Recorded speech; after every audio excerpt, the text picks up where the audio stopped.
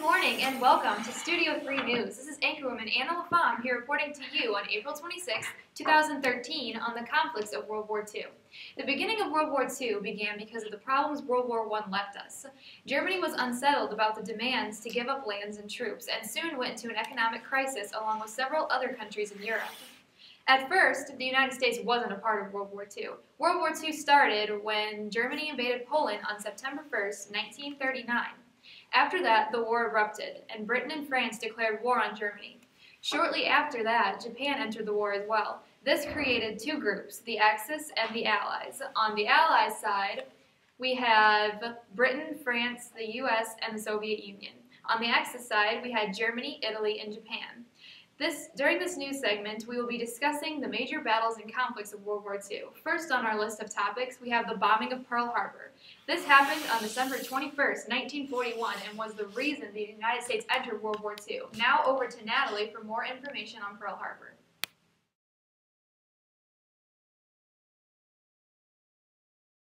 Hello everyone, and this is Natalie Swales reporting on the Battle of Pearl Harbor.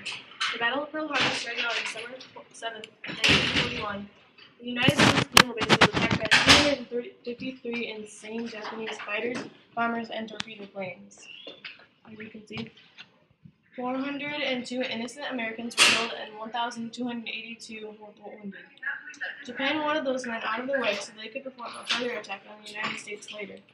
With only 29 aircraft and 65 servicemen killed or wounded on the Japanese side, we can unfortunately say that this was a successful attack won by the Japanese. This event directly led to the United States entering the war on December 8, 1941. This was the beginning to an everlasting vengeance on Japan, and later they got what they deserved.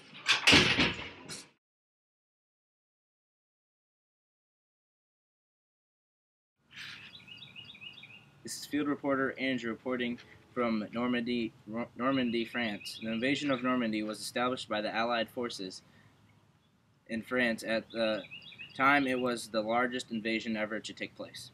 The invasion began overnight with parachute landings and massive naval and air strikes. Over 13,000 bombs were dropped, and various paratroopers and gliders invaded.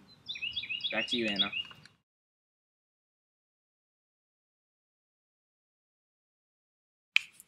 The Japanese government was democratic parliamentary with a constitutional monarchy.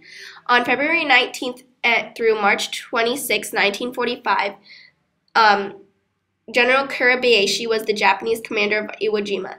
He was educated in Canada and toured the U.S. In Japan, he was one of the few soldiers ever granted an audience by Emperor Hirohito. The Japanese strategy was unique for three reasons. Number one, the Japanese didn't fight above ground. They fought the battle entirely from beneath the ground. They dug 1,500 rooms into the rock. These were connected with 16 miles of tunnels. The second one, Japanese strategy called for no Japanese survivors. They planned not to survive. 3. Japanese strategy was for each soldier to kill 10 Americans before they themselves are killed. In Tokyo, months before the invasion, General Kurabayashi had been told, if America's casualties are high enough, Washington will think twice before launching on another invasion against Japanese territory. The Japanese strategy of no Japanese survivors is heroic. D-Day, February 19, 1945, shortly before 2 a.m. on February 19th, the Navy's big guns opened up on Iwo Jima again, signaling the beginning of D-Day. After an hour of punishment, the fire was lifted, leaving Iwo smoking as if the entire island were on fire. Both Americans aboard their transports and the Japanese in their caves looked to the skies now. 110 bombers screamed out to the sky to drop more bombs. After the planes left, the big guns of the Navy opened up again. Historians described U.S. forces' attacks against the Japanese defense as throwing human flesh against reinforced concrete.